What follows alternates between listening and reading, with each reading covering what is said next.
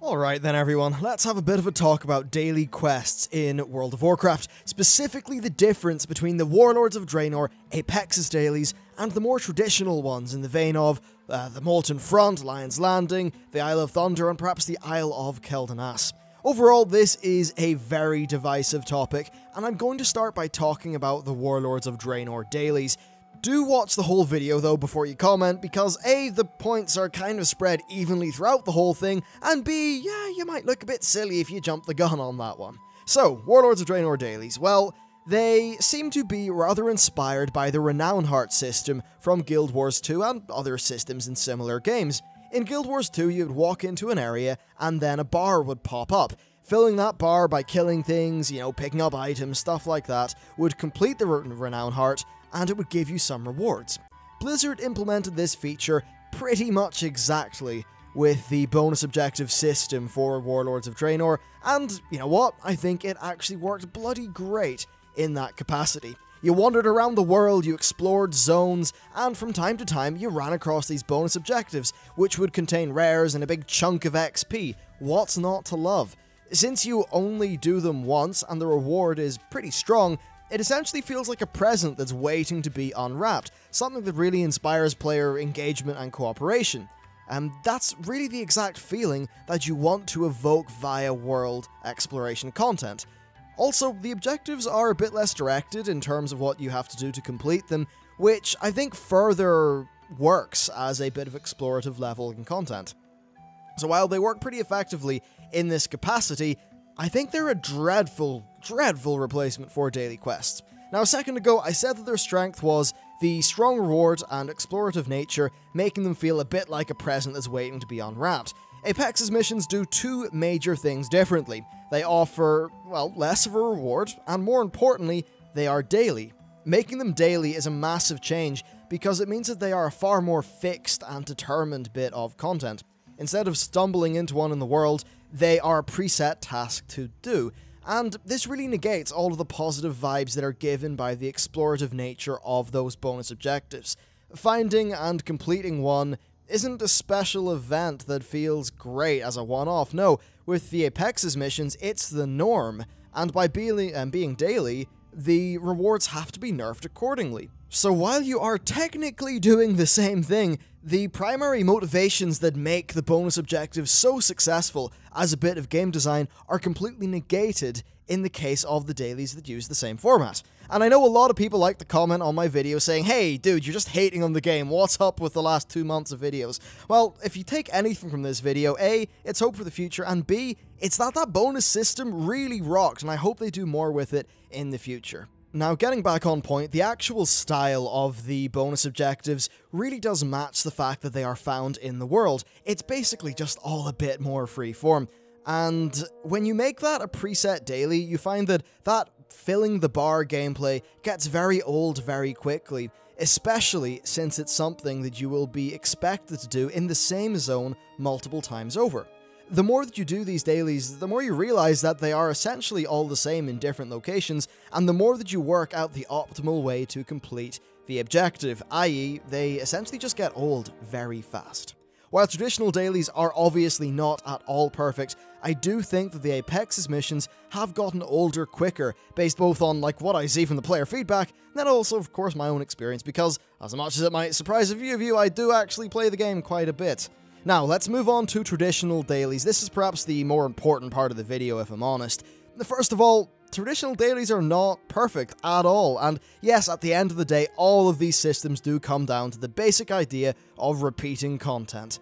Now, also, patch 5.0 didn't handle them well in terms of the reward distribution. I still maintain the biggest problem was not the dailies themselves, just the fact that players perceived the rewards in a way that was a bit strange, and also since Blizzard released the limit on how many you could do, they pretty much said, hey, there's half-decent rewards on all of these, go do all of them! And people got really burnt out.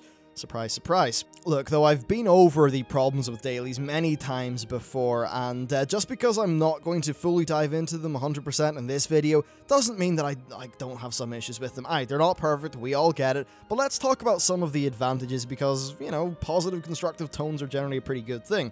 First of all, Blizzard can use the questing system to deliver certain specific mechanics. For example, a series of dailies could involve killing a tough quest mob, killing some regular mobs, firing a harpoon gun at maybe mounted foes, and then just some other more interesting quest mechanics that you can think of.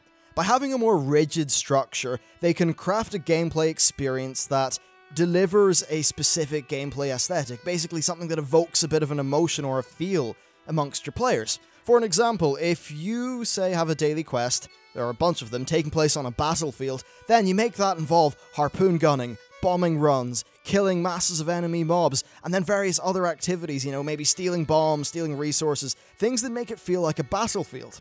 If the content is more jovial, for an example, getting your Cloud Serpent, then they can make quests which reinforce that idea. There's definitely a more nurturing tone to the actual gameplay of what your character is doing during those Cloud Serpent quests.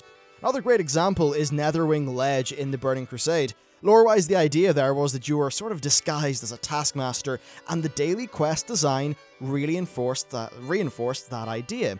Now imagine if, with those Netherwing stuff, it was just an Apexis bar that you filled up every day. Would that reinforce the sort of aesthetic of the zone? Would it reinforce the idea that you are some sort of undercover agenty person who's doing some dastardly fun deeds and getting a cool mount at the end?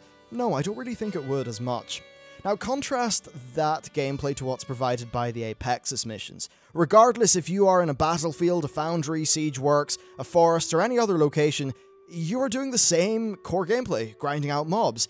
And to a degree, yes, they can vary it up by providing things like, say, the mines in the Iron Siege works, which is kinda cool, but overall, it does feel a bit less inspiring in comparison.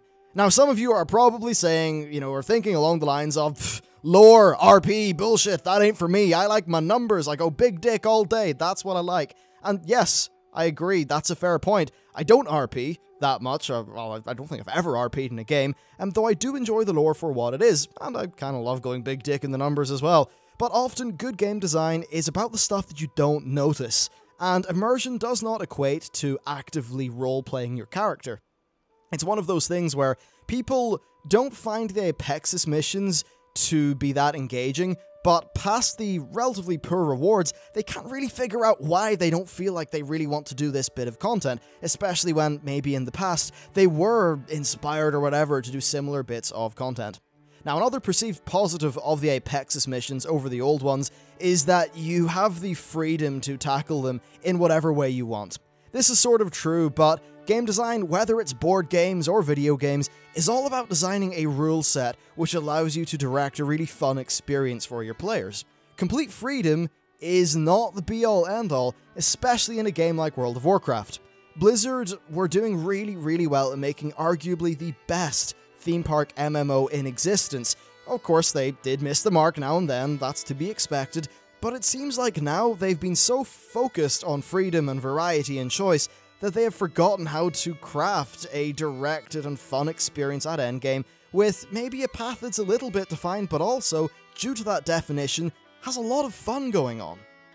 Another thing that dailies can do well is progression. Unlocking a larger pool of them is a pretty decent way of doing things, and with the, say, Isle of Thunder, Isle of Keltanas, and the Molten Front, I did feel like there was stuff going on there. And while it didn't provide masses of motivation, or at least something similar to say what a good reward would bring, it did add to the experience somewhat. Now, it's also worth pointing out that it's been a while since Blizzard have tried to do dailies in a radically different way.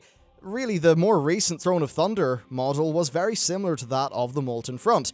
In terms of structure, variety, and quest rewards, I think they could massively improve on that content, and really reap the benefits that the more rigid framework that they can provide can actually give. The team is supposedly larger now than ever, and while that doesn't mean that productivity will increase in a directly proportional manner, it does mean that the basic grunt work like placing quest objectives, writing quest text, and maybe basic scripting should be a little bit faster. Also, if they do have a bigger team and more resources, then they can make more quests, have more variety, and stuff like that. Back in MoP, I loved the idea of having a different hub every day, but when I realized that there was maybe one out of 2 or 3 hubs, I kind of, I got a bit less excited. Well, maybe now that they've got more throughput in their pipeline, they can start to put out even more.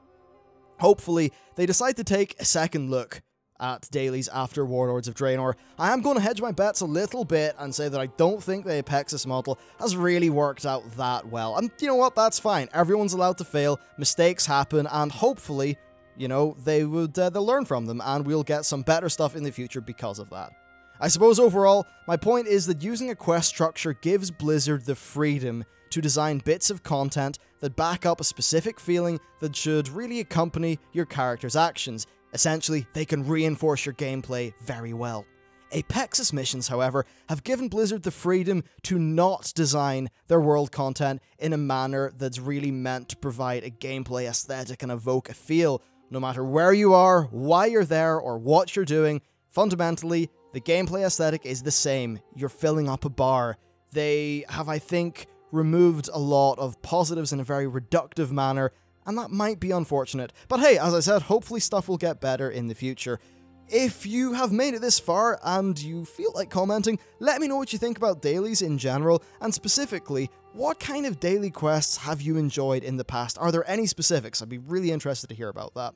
Anyway, that is it for me. I hope you enjoyed the video. Thank you very much for watching, and I will see you next time.